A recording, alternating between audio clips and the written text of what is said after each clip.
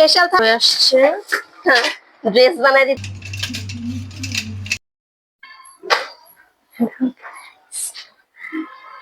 Hello guys, আপনারা সকলে কেমন আছেন?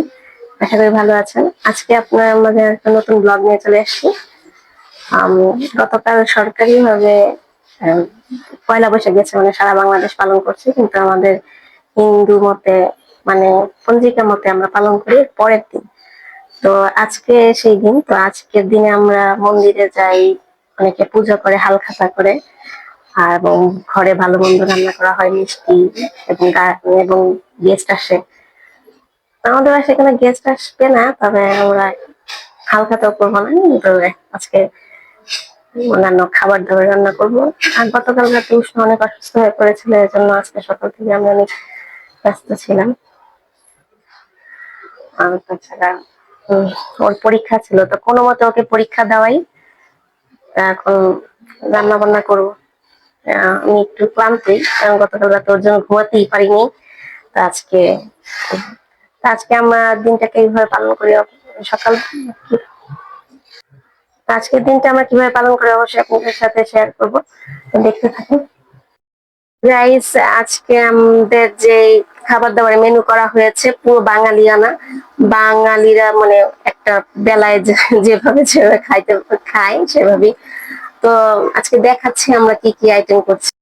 তো এখানে পাট শাক। তো আজকের দিনে আমরা পাট শাক ভাজা খাই। এখানে খাসির মাংস, এখানে মাছ ভাজা হবে। ইলিশ মাছ পাইনি, কারণ ইলিশ মাছের অনেক দাম, আমাদের মতো পরিবারের আসলে ইলিশ মাছ কিনে খাওয়ার মতো অবস্থা নাই। এখানে হবে আম ডাল, আর হচ্ছে আমাদের আরেকটা হচ্ছে বেগুন ভাজা, এই হচ্ছে আমাদের। আর হচ্ছে মিষ্টি জাতীয় একটা আইটেম থাকবে আমাদের। এই আমি এখানে ভাত বসাই দিছি, এমনিতেই উষ্ণ অসুস্থ থাকার কারণে সব কাজ আমার অনেক দেরি হয়ে গেছে। তো এখন দ্রুত এই কাজগুলো করে নিতে হবে। তো গাইস, আমার অর্ধেক রান্না হয়েছে। গরমে আমার অবস্থায় এমনিতেই এখনই খারাপ হয়ে গেছে, আমি মাত্র অর্ধেক রান্না করেছি। তো এখানে শাক ভাজা, মাছ ভাজা, আর এখানে ডাল হয়ে গেছে আমার কমপ্লিট। এখানে আমি এখন মাংস কষাচ্ছি। খাসি মাংস হতে এমনিতেই দেরি হয়, এমনিতেই অনেক দেরি হয়ে যাচ্ছে, প্রায় 2টা বেজে গেছে। প্রায় না, 2টা বেজেই গেছে।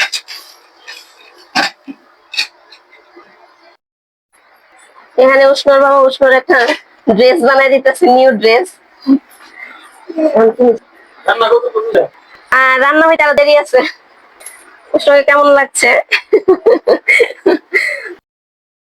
দেরি হয়ে গেছে, তাই উনি খাবারের জন্য অস্থির হয়ে গেছে, কারণ দুপুর হয়ে গেছে। সকালে তেমন কিছুই আমরা খাইনি, এই জন্য মানে ক্ষুধা লেগে গেছে।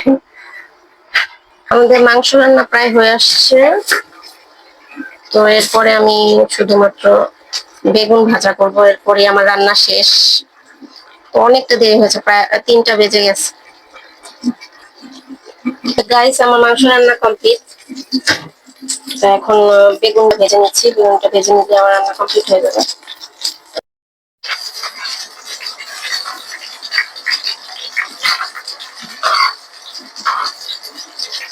রান্নাঘরের কি মেছাকার অবস্থা হয়েছে, এখন এগুলো সব আবার গুছাইতে হইব। রান্না করার চাইতে মনে হয় যেন এই যে রান্নাঘর গুছানো বা এটা পরিষ্কার করা অনেক বেশি কঠিন। তো এটা সেরে নি, না হলে রান্নাঘরের ঢুকাই যাবো।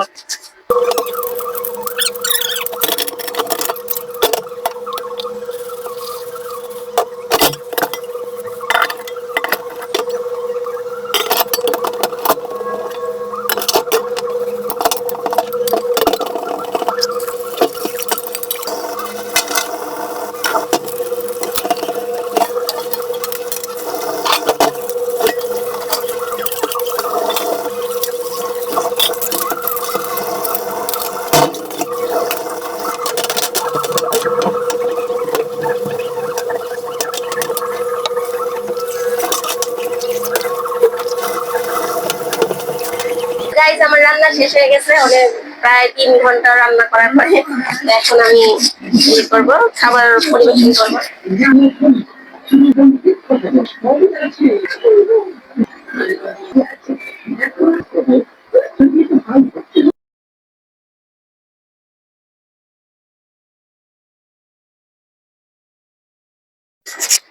স্পেশাল থালাটা কেমন হয়েছে? খাবার খাবারটা অনেক সুন্দর হয়েছে সাজানো। খাবার দেখে মনে হচ্ছে অনেক টেস্ট হবে। এবার খাইয়ে দেখি কি এটা দাম জানো? কি এই থালার দাম কত জানো? পয়লা বৈশাখের দিন উপলক্ষে এই খাবারটা হবে 1000 টাকা। কতই বই 1000 টাকা। 1000 টাকা দিয়ে নিও। আচ্ছা, আগে খাইলো।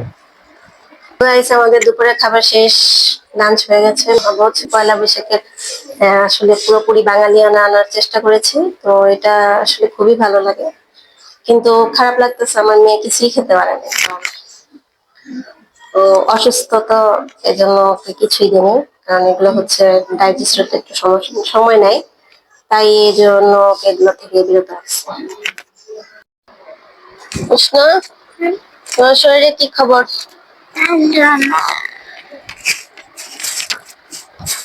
একটু পড়তে বসবা?